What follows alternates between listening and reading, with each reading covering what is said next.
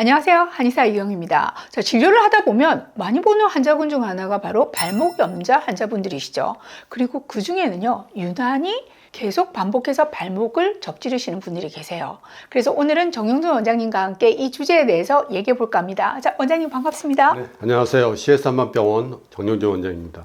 우리가 흔히 발목을 삐었다라고도 하는데요. 손상 정도에 따라 다르겠지만 일반적으로 한 달 정도면 대부분 치유가 되는데 지속적으로 접질려서 하루가 멀다 하고 진료실에 찾아오게 된다면 그건 얘기가 달라질 겁니다. 여러분, 이처럼 자주 발목을 삐끗하게 되는 질환, 만성 발목 불안전증에 대해 들어보셨나요?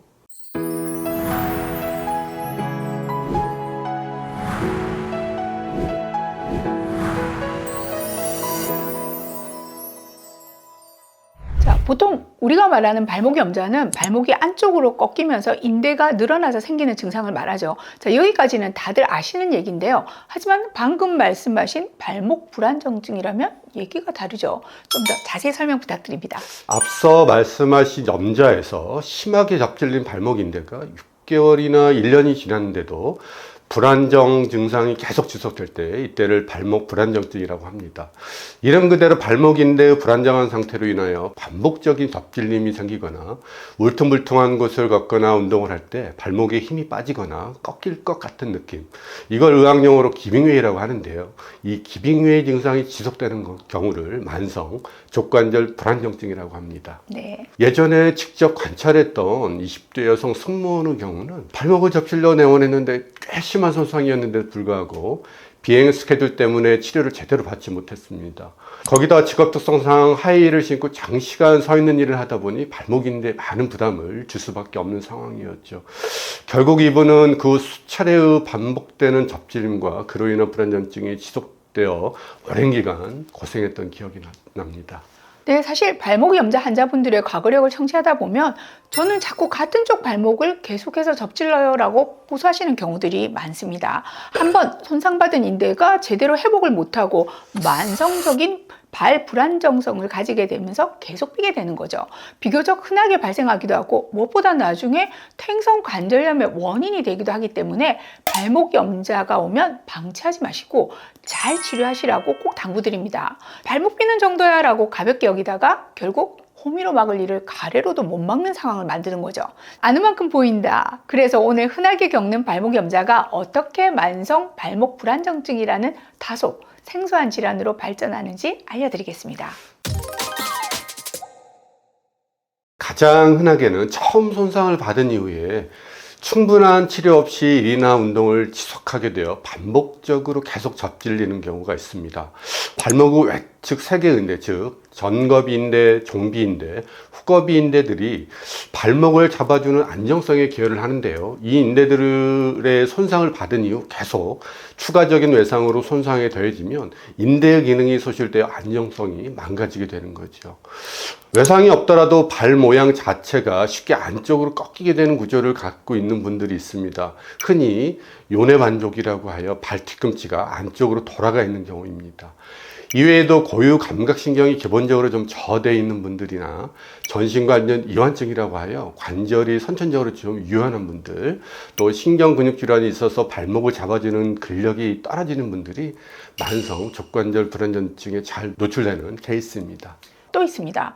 발목을 자주 접지르는 증상 말고도 접지르지 않았는데도 자갈밭이나 이렇게 울퉁불퉁한 길, 그리고 등산을 하실 때 발목에 힘이 빠지는 느낌이 든다거나 운동 시 발목이 꺾일 것 같은 불안감 때문에 위축이 된다든가 하시면 이건 역시 의심해 볼 수 있는데요. 보통 발목 불안정증이 생기면 관절 연골 손상이나 활액막의 염증으로 통증이 동반되기도 하지만 통증 없이 불안정증만 호소하는 경우도 꽤 있잖아요. 네, 맞습니다. 증상을 정리해 드리자면 일상생활에서 발목을 움직일 때 뚝뚝 소리가 난다든지, 네. 말씀드린 대로 수시로 발목을 삔다든지, 걸을 때 발목이 불편하고 절뚝거린다든지, 지속적인 발목 통증이 있고 자주 붓는다든지, 발목에 힘이 안 들어가고 뻐근한 느낌이 있다든지 하는 경우에는 한 번쯤은 의심을 해봐야 합니다. 근데 중요한 건 정확한 진단일 텐데요. 만성 발목 불안정증은 어떻게 진단하고 평가할 수 있을까요? 진단과 평가 항목을 크게 4가지로 나눌 수 있는데요. 첫 번째로 가장 중요한 환자의 증상은 방금 말씀드렸고, 두 번째는 영상의학적 평가입니다. 스트레스 엑스레이라고 해서 기계에 발목을 고정시키고 두 가지 방향으로 힘을 가한 상태에서 엑스레이를 찍어서 얼마나 벌어지는가를 평가합니다. 경우에 따라서는 초음파나 MRI를 찍을 수도 있고요. 셋째는 의학적인 검사로 건측과 환측 발목을 두 가지 방향으로 꺾어 보아서 얼마나 불안정한지 비교 평가하여 진단하게 됩니다. 마지막으로 중요한 동적 족저압 검사와 동적 채평형 검사가 시행되게 됩니다. 최근 들어 저희 병원에서는 동적 족저압 검사와 동적 채평형 검사가 임상에서 많이 활용되고 있는데요. 자, 앞서 영상도 있으니 참고해 보시면 좋겠습니다. 동적 족저압 검사는 환자의 실제 보행을 시뮬레이션하는 검사로 보행 패턴뿐 아니라 보행 시 좌우 차이, 전족부와 후족부의 차이, 균형 및 보행 시 안정적인 체중 지지에 대한 수치 확인이 가능하죠. 그리고 동적 채평형 검사는 신체 평형 유지에 필요한 시각적 자극과 체성 감각 자극을 조합해서 지각계와 운동계의 기능을 평가하고 그 채평형의 기능을 분석하는 검사인데요. 이들 검사는 운동 기능 이상의 진단뿐만 아니라 내부의 장기, 신경 기능계까지 신체 전반적인 기능 저하의 분석과 이를 통한 빠른 예방 관리, 효율적인 치료, 그리고 경과의 판정까지 아주 활용도가 높은 검사라고 할 수 있겠습니다. 네. 진단과 평가 뒤에 당연히 치료가 필요할 텐데요. 발목 불안정증의 치료는 비수술적 치료가 기본이 됩니다. 3개월 이상 비수술적 치료, 만약에 증상 개선이 없을 경우 수술적 치료를 고려하게 되는 거죠. 비수술적 치료는 국소적 염증을 치료하면서 인대를 강화시키는 사독과 봉동약침, 그리고 화침 치료를 시행하게 되고, 고강도 충격파를 병변 부위에 가해 인대 조직을 자극하고 세포 재생을 유도하는 체외 충격파 치료를 하게 됩니다. 도수 치료도 많은 도움이 되는데요. 관절의 움직임 확보와 통증 회복을 위한 술기로 관절 및 근육을 강화시켜 주죠.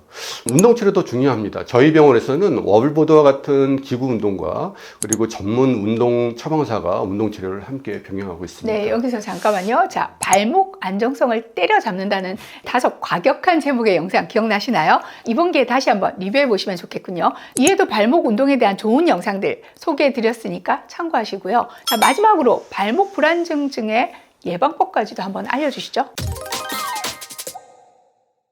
처음 접질했을 때 단순히 삐었다고 해서 그냥 괜찮겠지 하고 방치하지 마시고 초기에 적절한 치료를 잘 완료하는 것이 가장 중요합니다.